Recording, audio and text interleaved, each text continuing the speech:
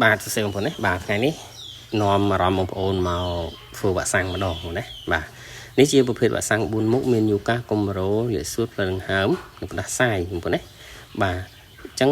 វ៉ាក់សាំងនេះគឺយើងធ្វើវានៅអាយុ10ថ្ងៃចុះសម្រាប់កូនមន់ណាបងធ្វើអាយុ3ថ្ងៃក៏បានអាយុ1អាទិត្យក៏បានឬក៏អាយុ10ថ្ងៃក៏បានដែរអត់អីទេហើយវ៉ាក់សាំងនេះគឺវាមានប្រសិទ្ធភាពល្អដោយសារខ្ញុំធ្លាប់ចំលក់ចេញជាសាច់បានម្ដងពីរដងដែរហើយអញ្ចឹង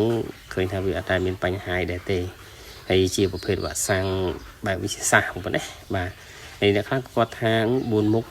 ក្នុងដបតែមួយពុំសូវមានប្រសិទ្ធភាពបាទអានេះអាស្រ័យលើបងប្អូនសាកល្បងទេបងប្អូនណាបាទអាស្រ័យលើបងប្អូនសាកល្បងទេតែបើសម្រាប់ខ្ញុំធ្វើវ៉ាក់សាំងប្រភេទ4មុខនេះបាទឃើញថាអាចបានទិន្នផលជាសាច់ជាអីលក់ហើយមន់ក៏យើងអាចមានបញ្ហាដែរហើយណាមួយយើងក៏រំលឹកវាវិញដែរនៅពេលដែលវាអាយុ1ខែកន្លះអាយុ2ខែអីយើងរំលឹកវាម្ដងទៀតហើយយើងចាក់ផ្ដាសាយហើយនឹងអាសន្នរោគអីមួយមុខទៀតទៅជាការស្រេចហើយបងប្អូនណាបាទ